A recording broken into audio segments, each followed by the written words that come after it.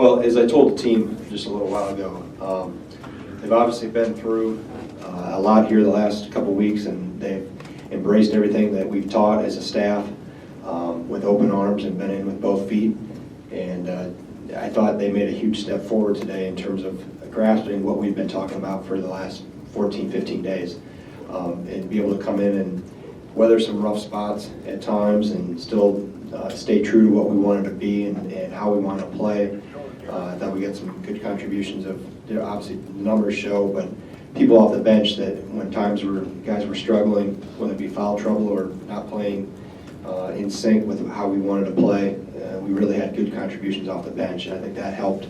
Sometimes coming to the bench and watching somebody else do it properly is a great motivator and better than anything a coach can say. So yeah, I think from that standpoint, I'm really proud of those guys and how they responded and how they bought in and listened. And we're far from perfect. We've got a long ways to go, but I think this was a good step in the right direction.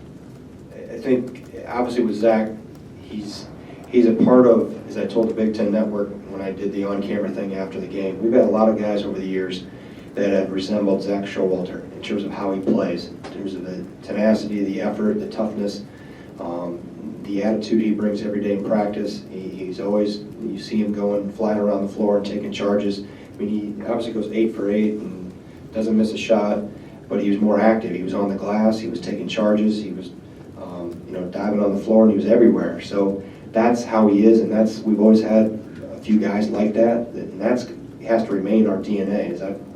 We talked about it earlier today. We need to play hard. That was part of playing hard and playing smart. We were there well. We were playing smart at some points we weren't. And we need to play together, and that's been the thing I've talked about since the day I took over, was we have to do this together. But for him, we talked about it, to get back to your question, Jeff, we talked about that in the timeouts and in the huddles, that we had gotten too jump shot happy, that we needed to touch the post, and we needed to finish inside. And I thought Ethan got going, got some confidence, and we ran a couple things for him to get the ball down low. And then he got going, and we were able to find some things there. And then Nigel also got going a little bit better. I thought he finished inside better than what he had previously. But it was definitely a group effort. It's a good job of those perimeter guys to find those guys inside. But we needed to play inside out. We shot the three better when the ball touched the post and then was kicked out versus running around the perimeter and coming flying off screens or shooting it off the dribble. Those are lower percentage shots and always have been. But hopefully they understood. They're starting to understand the difference between doing it how we want it done in the Wisconsin way, and when we get away from it, we're not as good. And when we stick to it, we become pretty competitive. Two things. One, I told him, just go play. I'm going to put you back in here, get ready. You're going to go back in with 2 and play at this half. And the second thing is I trust those other guys. I trust those. I get confidence in those guys off the bench that can help us and are showing some signs in the right direction. So I wanted to get Ethan back into a little flow and go into the locker room feeling good about himself, not having to sit there and be cold and have to re-warm up again. So it goes both ways. I trusted Ethan, and I want to give him some confidence, and I also have pretty good confidence in developing confidence in those others. No, sometimes you think you got to hit all your shots in pregame. Sometimes you miss. You can't really tell.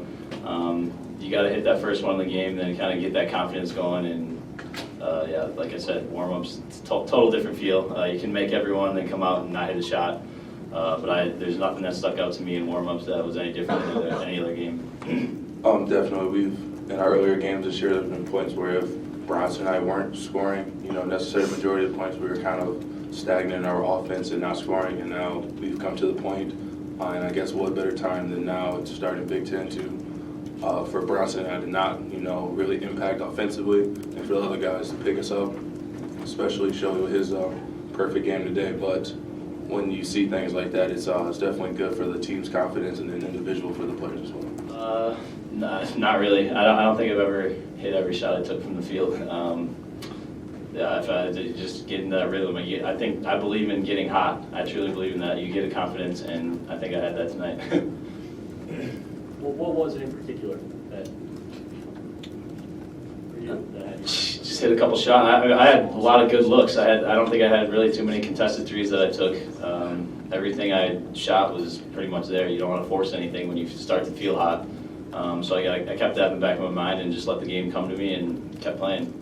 I mean, not a knock on Coach Ryan at all, of course, but I think they're getting more of an opportunity. Looking at the minutes here, I mean, I was pretty tired and I only played 21 minutes, and then some other guys got some more minutes, and I think that's part of it, is they're just getting more opportunity.